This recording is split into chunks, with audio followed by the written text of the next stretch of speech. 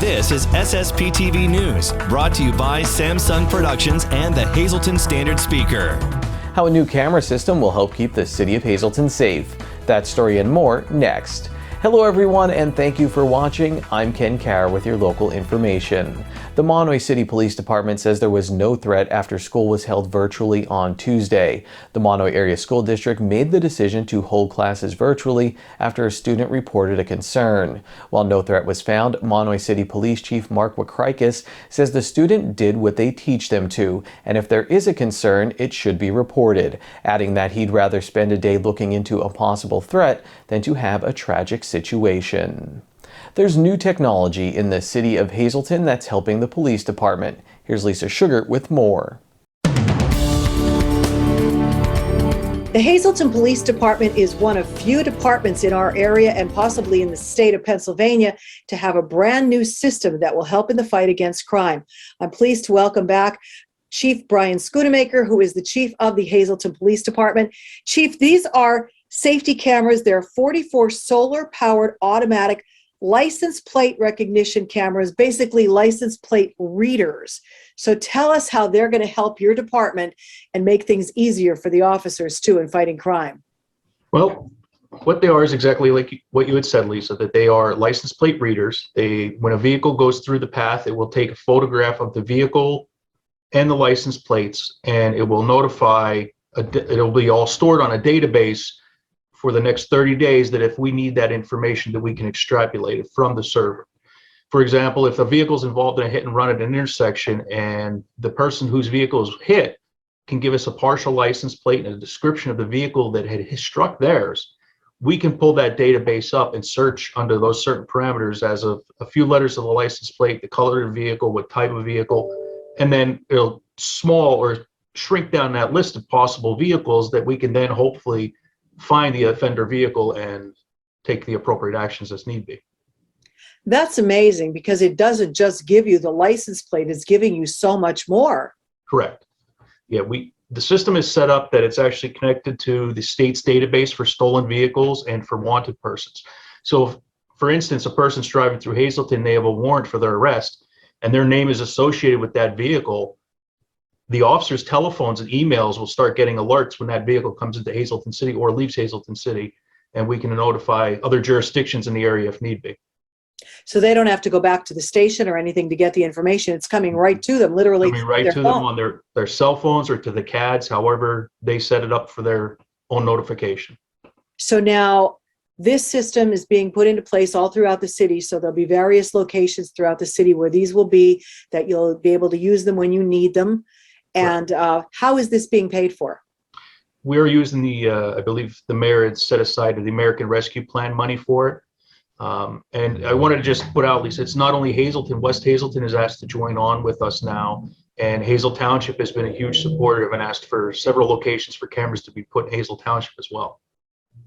Wow. So when you think of cameras, other times you would think that you're getting live footage of just vehicles driving down the street. So this gives you a lot much more detail and will make things definitely better for the police department. So you're not spending as much manpower on something that you would have in the past, right? No, and that's the nice thing. It's not a monitored system that it just alerts us whenever there's that type of vehicle, stolen vehicle, etc.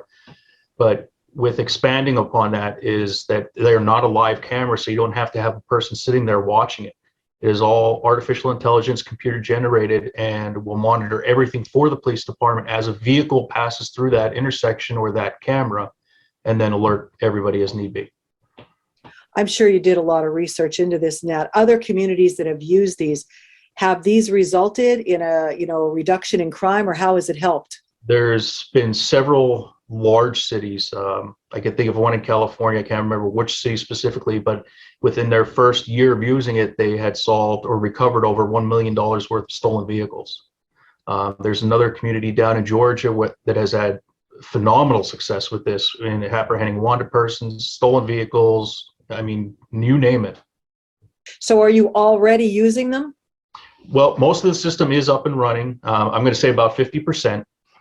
We have started getting alerts on the system. So our officers are trying to follow up and locate those vehicles now, and it's starting to show that it's a productive and it'll be a very worthwhile tool for us. This is great. So you're looking to bring in, as much modern technology as possible to help in the fight against crime. Absolutely. Our department is probably one of the leading in the area at this point, considering we're just reintegrated our record management system for the department, that the officers are now going to be able to, in the very near future, do all of their reports from a vehicle. The information from the 911 center will actually go right to their vehicles, to the computer for their report writing system, so that it's less time that they have to be down writing reports. This obviously integrated into that, and then the citywide camera system, which we keep expanding upon. Keep us posted. We'll talk to you a little later to find out what a difference the cameras are making in the city. I could tell you, Lisa, in the 2 days that they've ran, they're currently at 230,000 license plates scanned. So it's definitely doing its job. That's amazing. Well, thanks so much for sharing all that information with us, and we look forward to talking with you again soon. All right. Thank you, Lisa. Today's news feature is brought to you by Feisner's Ford in Freeland, who is celebrating 75 years in business. Give them a call at 570-636-3920, or you can log on to feisnersford.com. The district championships keep rolling in for the Hazleton Area High School. The Hazleton cheerleaders recently won the District 2 Competitive Spirit Championship. Congratulations to the Cougar cheerleaders.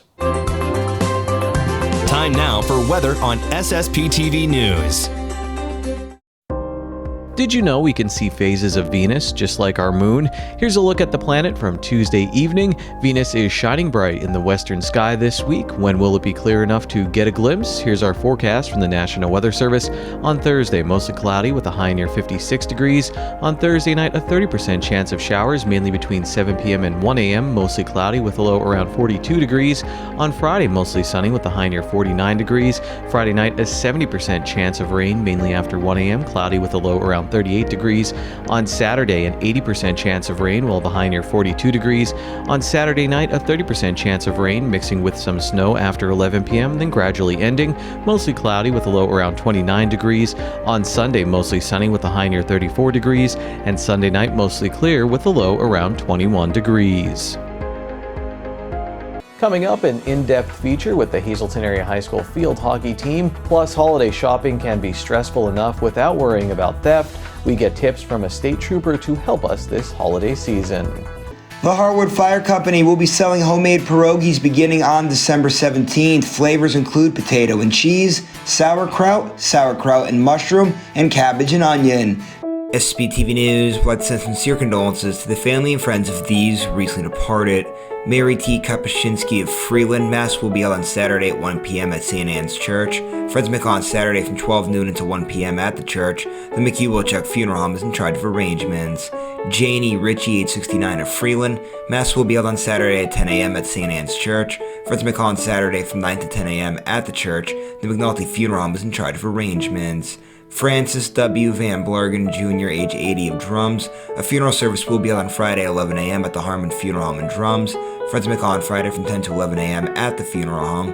And Ann M. Young of McAdoo. A service will be held at the convenience of the family under the Crofton Hughes Funeral Home.